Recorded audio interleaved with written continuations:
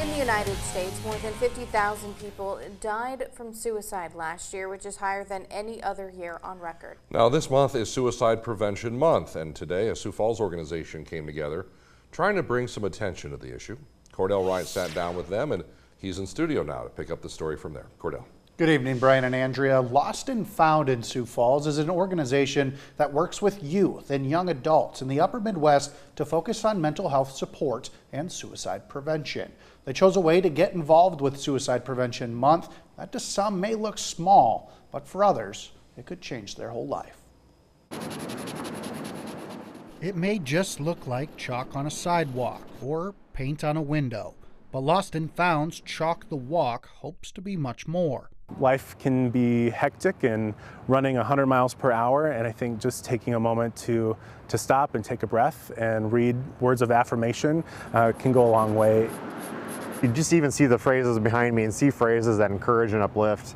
You might be surprised what just one phrase can do for one person when they're in the midst of their struggle. Those with Lost and Found believe a big step of suicide prevention is simply talking with those around you. And that's having conversations with friends, family members, colleagues, making sure that they know that they are supported, and if they need to have a chat here on the side, then you're open to that. And it may be challenging, but it's beneficial to ask the question directly. Are you having thoughts of suicide? Asking that question actually is very helpful and uplifting and frankly relieving for a person to know somebody's acknowledging my struggle and is very much willing to help.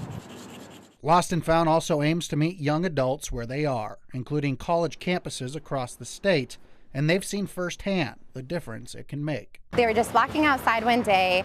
They actually had a suicide plan that day. And this is why it's so important, because they saw this encouraging message and said, I should talk to somebody. I should talk to somebody before I make that choice. And they did. During September, they also launch a campaign called Stories of Resilience, which is South Dakotans sharing how they've been impacted by suicide or mental health. I think it really destigmatizes the conversation and makes sure that people know that there are resources available to them to seek help. Lost and Found encourages more businesses and organizations to join them in their fight. You can learn more at resilienttoday.org. A link to that is available with this story on the Dakota News Now app.